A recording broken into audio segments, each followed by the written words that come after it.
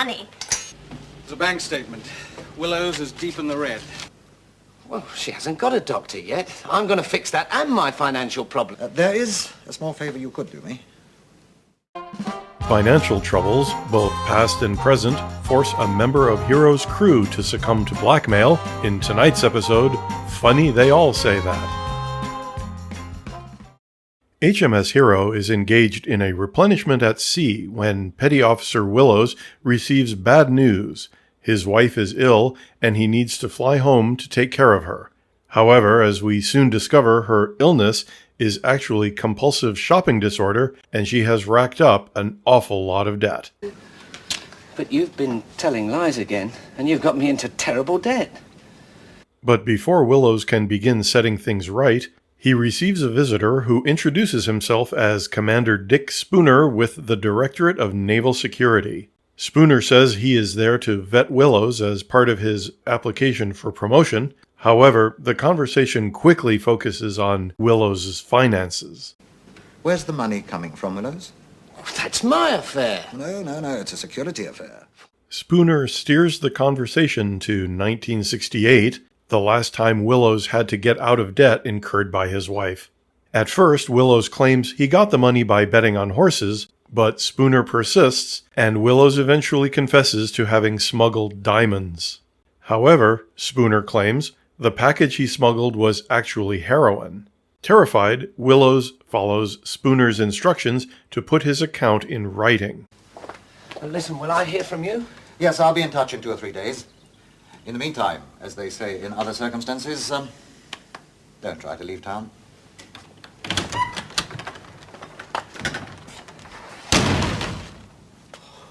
Meanwhile, back on HMS Hero, Lieutenant Wakelin, Willows' divisional officer, goes looking for some documents in a locked drawer and discovers Willows' bank statements. Concerned, he brings them to the attention of First Officer Beaumont. You see Willows as a security risk? No. I may be biased, but he's one of the best senior ratings in my department. Yes, he is. I suppose we ought to give him a chance to explain himself. Speak his piece before we jump on him. Back at the Willows home, Spooner pays our hapless petty officer a return visit and drops the boom on him. Spooner tells Willows that he wants him to provide copies of documents about a new secret submarine detection system called Saturn Delta. Well, I'd like you to get me copies of that, and also any other documents on it that may come your way. I'm sorry, sir. I don't understand. Come along, Willows. I have here your signed confession to smuggling. Now, you'd like me to keep quiet about that. I'd like some details of Saturn Delta. Who are you? I'm Richard Spooner. Commander Spooner? Oh, I see. The identity card. Well, you can check the Navy list if it'll help. There's no Commander Spooner in naval security. Are you saying Comrade Spooner? Oh, I say, that's very good. I must remember that. At first, Willows resists, but when Spooner dangles the promise of £1,000 per assignment and threatens to send his signed confession to the smuggler, Willows finds himself cornered. I can't believe this is happening to me. Funny. They all say that.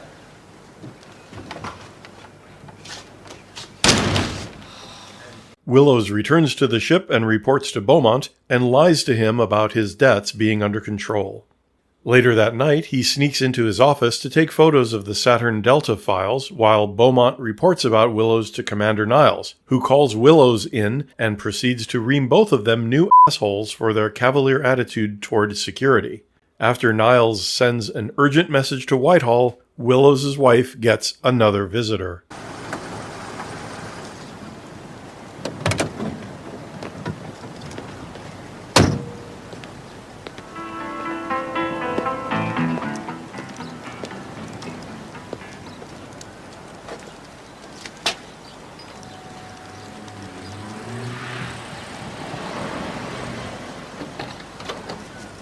Yes? Good afternoon, ma'am. Good afternoon. My name is Commander Irwin. I'm Deputy Director of Naval Security.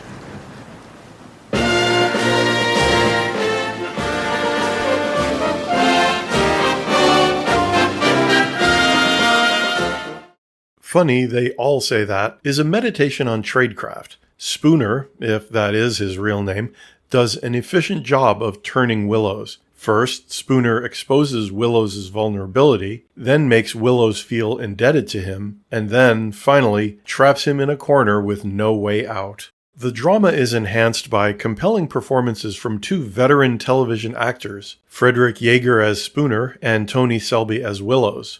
Yeager plays Spooner as a predator with a wry, urbane unctuousness that would be well suited to an Ian Fleming villain. Selby's Willows, on the other hand, is an earnest man whose sincere devotion to his wife is both his greatest strength and his greatest vulnerability. Fans of Doctor Who will recognize both actors from multiple appearances throughout the run of the original series. Yeager appeared in 3 adventures, the last of which as Professor Marius, the inventor of everyone's favorite robot dog, K9. Selby also appeared in 3 adventures, each time playing the lovable rogue Sabalom Glitz. The episode, written by series co-creator Ian Mackintosh, is unusual in that most of the story not only takes place away from HMS Hero, but is focused entirely on characters who are not part of the regular cast. And with much of the plot centered around activities that have already taken place, the script relies heavily on long sequences of exposition. In one instance, memorably delivered as Willows arrives home, brings tea up to his wife, takes a shower, and then changes into something more comfortable. The credits note that the episode is from a storyline by Vincent Tilsley. Tilsley was a prolific writer for TV series from the late 1950s through the early 1970s, including the long-running detective series Maigret, the multi-generational epic The Forsyte Saga, and 2 episodes of Patrick McGoohan's The Prisoner. He was also known for his many screen adaptations of classic literature, including 2 versions of David Copperfield, one of which starred a young Ian McKellen. Tilsley is said to have given up television writing for a career in psychotherapy, after one of his screenplays was drastically cut over his objections. Of the scenes that do take place on board Hero, most of the footage not involving the cast is taken from the 1973 Central Office of Information documentary Frigate, which follows the Leander-class frigate HMS Sirius during training exercises and a port visit to Madeira. It's available on YouTube. See the link in the show notes. Like the documentary, the episode makes use of library music for extended scenes that don't have dialogue.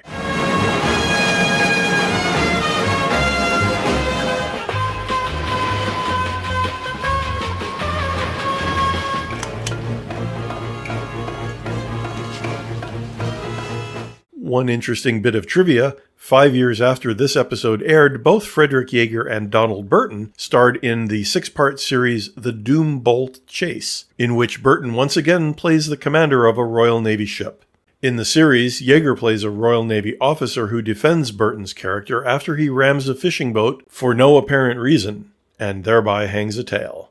For the plane spotters in the audience, the plane Willows flies to Gibraltar, GAVFI, was a Hawker Siddeley Trident II short-haul airliner that served with British European Airways and later British Airways for nearly 14 years. A handsome and popular aircraft, stock footage of the Trident appeared in many TV shows and movies, including 1970's Mr. Jericho. That's why he takes from everyone.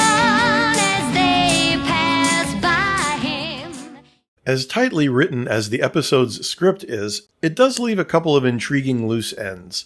First, does the fact that Spooner have access to a flag signal about Willows and knowledge of his vetting for promotion suggest that there's at least one mole inside the Royal Navy passing personnel information along to the KGB?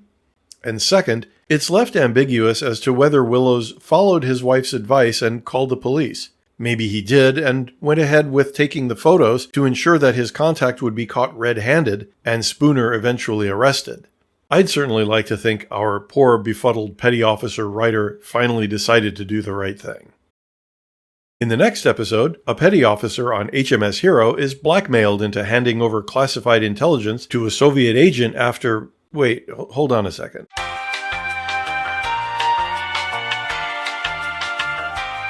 Okay, we're good. The crew of HMS Hero are caught in the middle when British intelligence hopes to use another crewman with a shady past to lure a Soviet scientist out of hiding.